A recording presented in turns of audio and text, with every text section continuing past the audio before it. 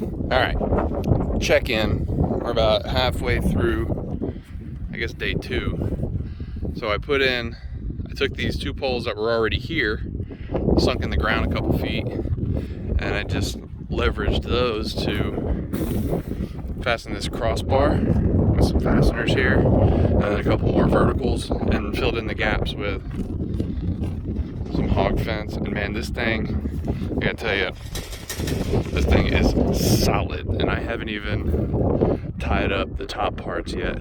This thing ain't going anywhere. But what we're gonna do is we're gonna have a more narrow door here so we can have stalls and sections with inside to keep the different kinds of chickens separated, and then a bigger door here for like bringing in feed or changing out the houses in there and stuff like that, or just bringing in materials. Also, I picked up this snake fence down at the bottom. Again, it was free.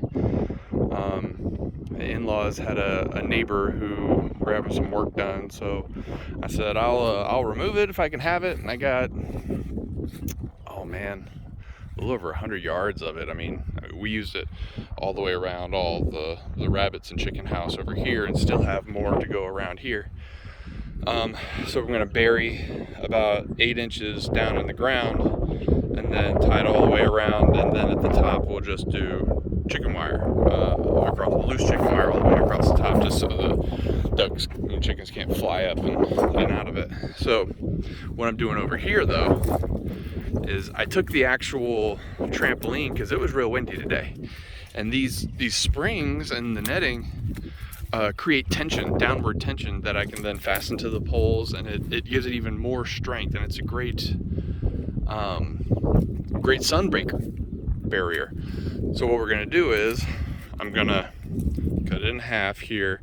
We're gonna roll it and crimp it, put those little metal eye bolts in so we can fasten it to the fence, and then we're gonna put the other side over here. It'll give it a nice even look and give us sun protection from either side of the day, because the sun comes up here and it goes down over there. Depending on winter, it comes down over here. The summer, it moves over this way.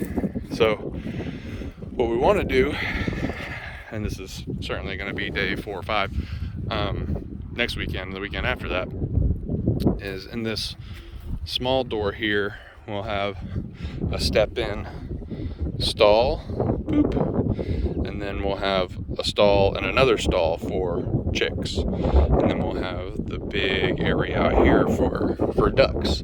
And when we need to isolate mating chickens for reproducing and growing our stock, we can isolate them in those stalls and have the rest of the laying chickens run about. Also have a pretty cool idea for an overhang up here that I'll show you in a later video, but realized I'd made a lot of progress since we made another video, and stepped in an ant pile or two. Oh man. So I'll check back in after we get to the next stage.